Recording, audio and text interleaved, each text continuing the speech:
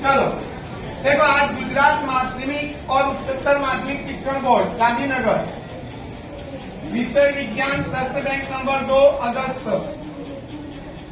2024 तारीख 8/8/2024 को ये जो प्रश्न बैंक आई है आज हम उसका ना सॉल्यूशन करेंगे। तो विभाग ए में देखें तो क्या है कि विभाग ए के अंदर विभाग ए के अंदर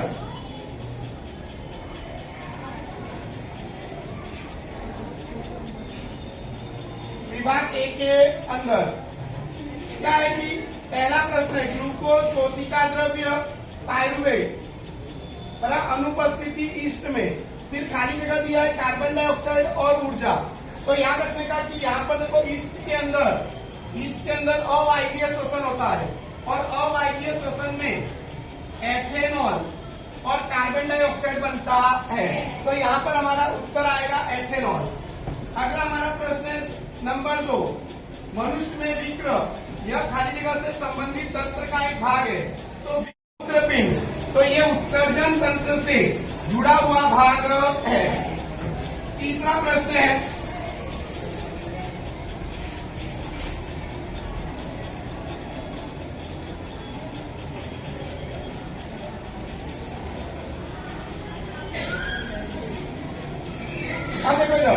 तीसरा प्रश्न है कि एक दर्पण से प्राप्त होने वाला प्रतिबिंब आभासी, सीधा और वस्तु से बड़ा होता है। आभासी, सीधा और वस्तु से कैसा होता है? बड़ा होता है। तो यह दर्पण क्या होगा?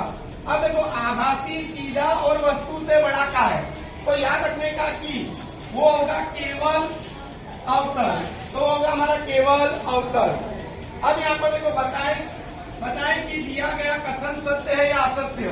तो यहाँ पर हमको बताना है कथन सत्य है या असत्य। तो चौथा प्रश्न है हमारा क्षुद्रांत आहार नाल का सबसे लंबा भाग है, तो एकदम कथन सत्य है। तो यहाँ पर आप ऐसे सत्य भी लिख सकते हैं, या तो आप चाहे तो ऐसे ठीक करें, पर ऐसा लिखना है जरूरी है परीक्षा में। पांचवा प्रश्न है मछली का हृदय त्रिखंडी होता है। तो मछली का हृदय त्रिखंडी नहीं होता है, ये कथन कैसा है? गलत है। मछली का हृदय द्विखंडी होता है। अगला छठा प्रश्न है उत्तल दर्पण के मुख्य अक्ष के समांतर आपतित प्रकाश किरण परावर्तन के पश्चात दर्पण के वक्रता केंद्र से अपसरित होती है। अगर मुख्य अक्ष के समांतर किरण आपतित हो रही है तो जब उसका परावर्तन होगा तो याद रखना कि वो मुख्य फोकस से गुजरती है। इसका मतलब कि देखो यहाँ पर ये हमारा क्या है कि दर्पण है, समांतर किरण आई, परावर्तन होकर मुख्य फोकस से गुजरती है। तो यहाँ पर दिया वक्रता केंद्र से गुजरती है। तो ये कथन कैसा है? असत्य है। तो ये कथन असत्य है। तो ये कथन कैसा है? असत्य। अब देखो इधर अगला क्या है कि अवतल लेंस के द्वारा निर्मित प्रतिबिंब सदैव आभासी होता है। तो यहाँ पर अवतल लेंस से जो भी प्रतिबिंब बनता है वो आभासी होता है, ये कथन सत्य है। अब हमको क्या करना है कि सही उत्तर के साथ रिक्त स्थान की बराबर पूर्ति करनी, यानी रिक्त स्थान भरने। तो देखो आठवां प्रश्न है रंध्र छिद्रों का खुलना और बंद होना खाली जगह कोशिकाओं का एक कार्य है। तो देखो रंध्र छिद्रों का यानी पर्णरंध्र, उसका खुलना और बंद होना द्वार कोशिका द्वारा नियमन होता है उसका। तो यहाँ पर आएगा द्वार कोशिका। नौवां प्रश्न है आमाशय में से क्षुद्रांत में प्रवेश करने वाला भोजन खाली जगह पेशी द्वारा नियंत्रित होता है। तो याद रखना अवरोधनी, तो अवरोधनी पेशी द्वारा नियंत्रित होता है। 10वां प्रश्न है हमारा आवर्धन के मान में धनात्मक चिन्ह बताता है कि प्रतिबिंब कैसा होता है। अब देखो आवर्धन का मान अगर धनात्मक है तो याद रखना प्रतिबिंब कैसा होगा? आभासी, और आभासी प्रतिबिंब हमेशा सीधा होता है। तो यहाँ पर आएगा हमारा सीधा। 11वां प्रश्न है किसी वस्तु का वास्तविक और उल्टा प्रतिबिंब प्राप्त करने के लिए खाली जगह लेंस का उपयोग किया जाता है। तो देखो वस्तु का हमको वास्तविक और उल्टा प्रतिबिंब देना है। बराबर। तो इसमें हम कौन से लेंस का उपयोग करेंगे? तो यहाँ पर लेंस पूछा है तो इसमें आएगा उत्तल, क्योंकि यहाँ पर देखो वास्तविक और उल्टा बोल रहा है, क्योंकि हमने बताया अवतल में तो सब कैसे होते हैं, आभासी और सीधे, तो इसका मतलब उत्तर आएगा। अगला हमारा प्रश्न है,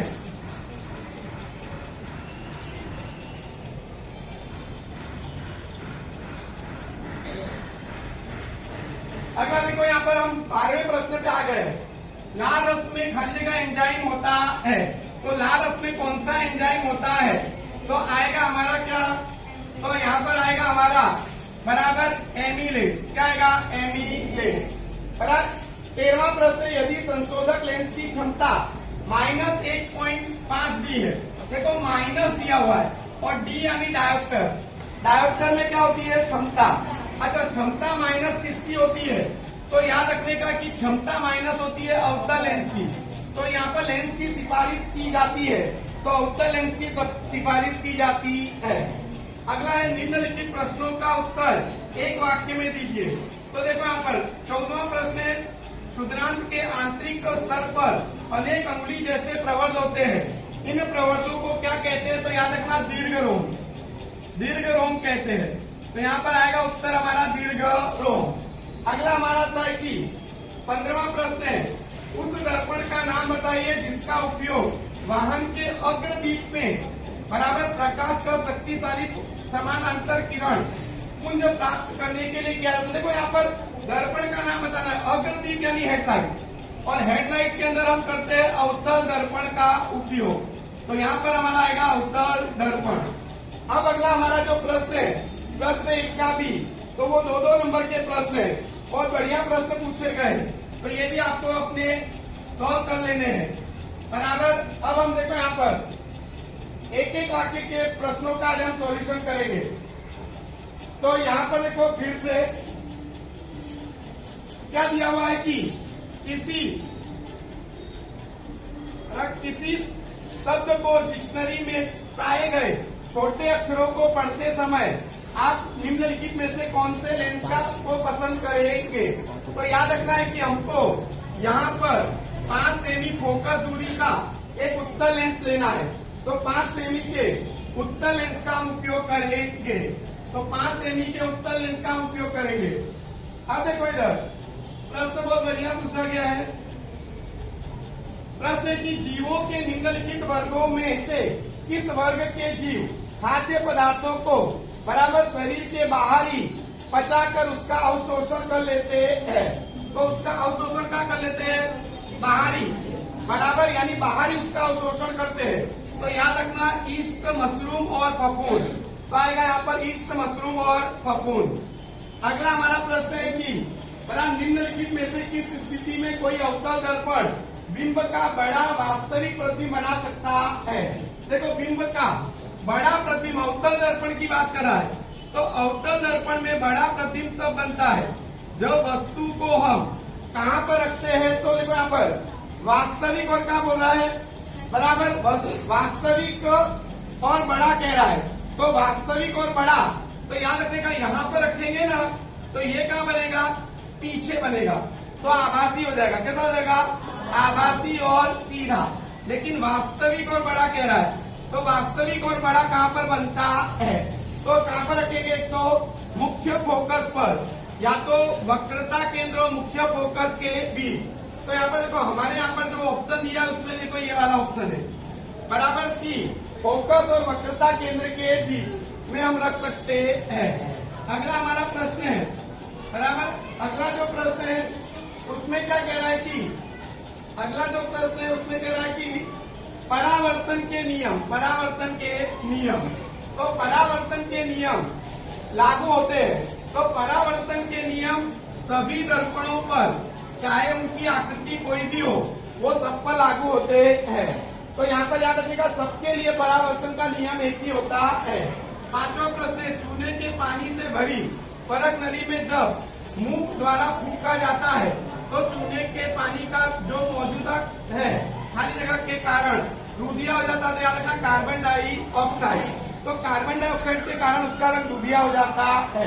6वां प्रश्न है, क्षुद्रांत में से बराबर स्रावित आंतरस वसा का खाली जगह में पाचन करता है। तो याद रखना क्षुद्रांत यानी छोटी आंत, आंतरस जो होता है वो इसका पाचन करता है वसा का। तो याद रखना वसा अम्ल और ग्लिसरॉल में उसका पाचन करता है। तो क्या आएगा, वसा अम्ल और ग्लिसरॉल में उसका पाचन करता है। तो याद रखने कि जिसको हम फैटी एसिड भी बोलते हैं, क्या बोलते हैं, फैटी एसिड। तो फैटी एसिड में उसका पाचन करता है।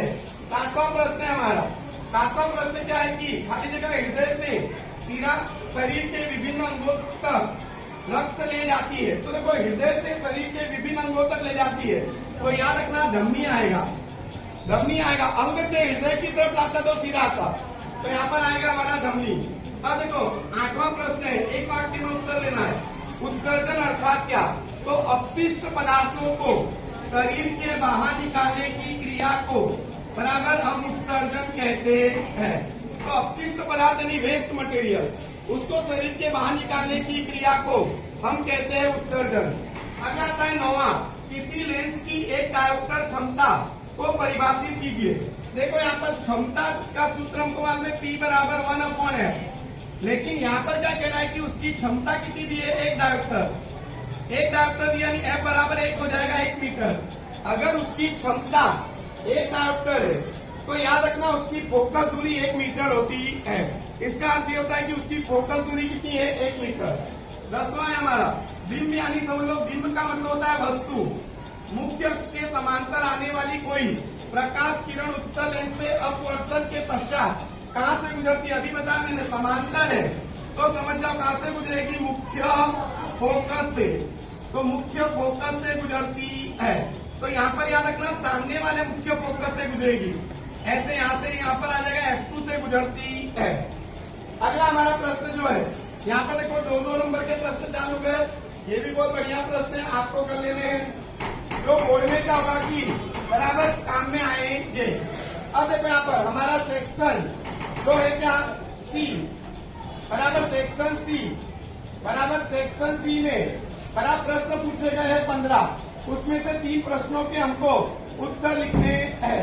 तो देखो यहाँ पर पहला जो प्रश्न है, पहला प्रश्न है कि बराबर पहला प्रश्न क्या है कि दिया गया कथन सत्य है या असत्य बताइए। तो दिया गया कथन सत्य है या असत्य, ये हमको बताना है। तो देखो पैरामीशियम एक कोशिकीय सजीव है।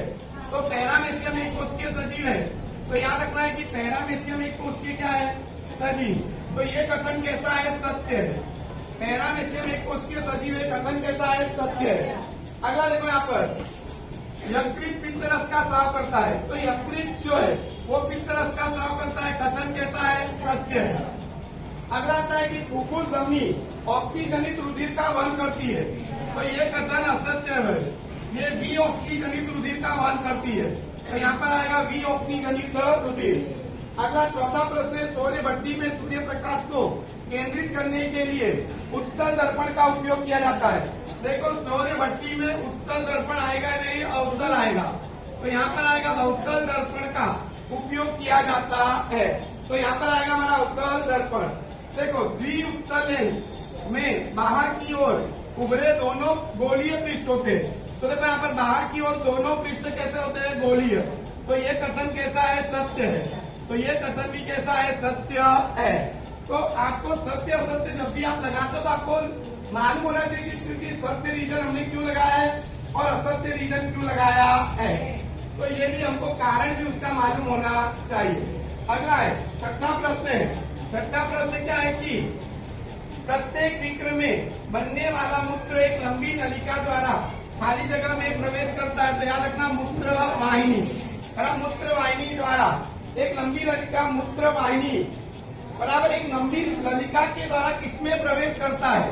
अब देखो यहाँ पे आएगा मूत्राशय, क्या आएगा, मूत्राशय, यानी नली का नाम क्या आएगा, मूत्र वाहिनी। पर जो किसमें प्रवेश करता है ऐसा प्रश्न पूछा है, तो यहाँ पर आएगा मूत्राशय। तो यहाँ पर जो हमारा सही होगा वो उत्तर होगा मूत्राशय। अगला है प्रश्न हमारा कि मुख्य अक्ष के समांतर सभी दूरी को खाली जगह से मापा जाता है। तो देखो दर्पण में हम सभी दूरी को ध्रुव से मापते हैं। अगर लेंस की बात करते हैं तो हम मापते होते हैं प्रकाशीय केंद्र से। तो यहाँ पर सभी दूरी को किससे मापा जाता है, तो ध्रुव से मापा जाता है।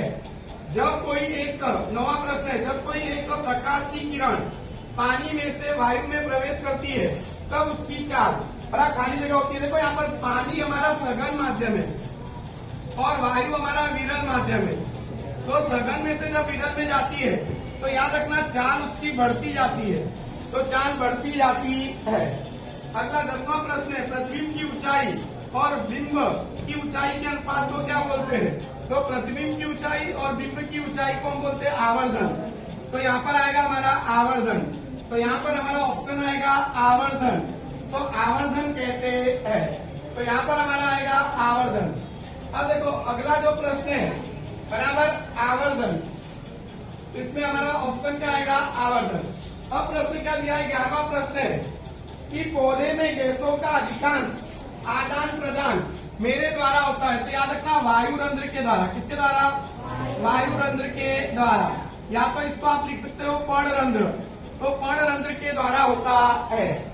12वां प्रश्न है, किसी अवतल दर्पण के सामने किसी बिंब को C और F के बीच रखा है। देखो C और F के बीच यानी वक्रता केंद्र और मुख्य फोकस के बीच में रखा है, तो प्रतिबिंब कैसा बनेगा? अब तो अभी मैंने बताया था प्रतिबिंब कैसा बनेगा, तो वास्तविक उल्टा और वस्तु से बड़ा प्रतिबिंब बनता है। तो वास्तविक उल्टा और वस्तु से बड़ा प्रतिबिंब बनता है। अब अगला दिया है कि दो माध्यमों के युग्म के लिए अपवर्तनांक का मान किस पर निर्भर करता है? तो वो दोनों माध्यमों में प्रकाश की चाल पर क्या करता है? निर्भर करता है। तो प्रकाश की चाल पर निर्भर करता है। 15वां प्रश्न है, लेंस की क्षमता और उसके फोकस दूरी के बीच में क्या संबंध है? तो P बराबर 1/f। तो यहाँ पर आएगा P बराबर 1/f। क्षमता फोकस दूरी पर आधार रखती है, तो यहाँ पर याद रखने का कि P बराबर 1/f। तो ये जो अपना बड़ा कल की प्रश्न बैंक थी उसमें जो एक एक वाक्य में पूछे गए प्रश्न है उनके मैंने आपको उत्तर बताए हैं बराबर। फिर इसके बाद सेक्शन डी में 2 नंबर के प्रश्न हैं और 4 नंबर के प्रश्न हैं, तो ये प्रश्न भी आपको कर लेने हैं। तो ये इस प्रश्न बैंक नंबर 2 का बराबर जो हमारे शॉर्ट क्वेश्चन है 1 नंबर वाले, उनका मैंने सॉल्यूशन किया है। अगर आपको ये वीडियो पसंद आए तो इस वीडियो को ज्यादा से ज्यादा विद्यार्थियों को शेयर कीजिए और चैनल को बराबर सब्सक्राइब कीजिए और वीडियो को लाइक कीजिए, अच्छे अच्छे कमेंट कीजिए। धन्यवाद, थैंक यू।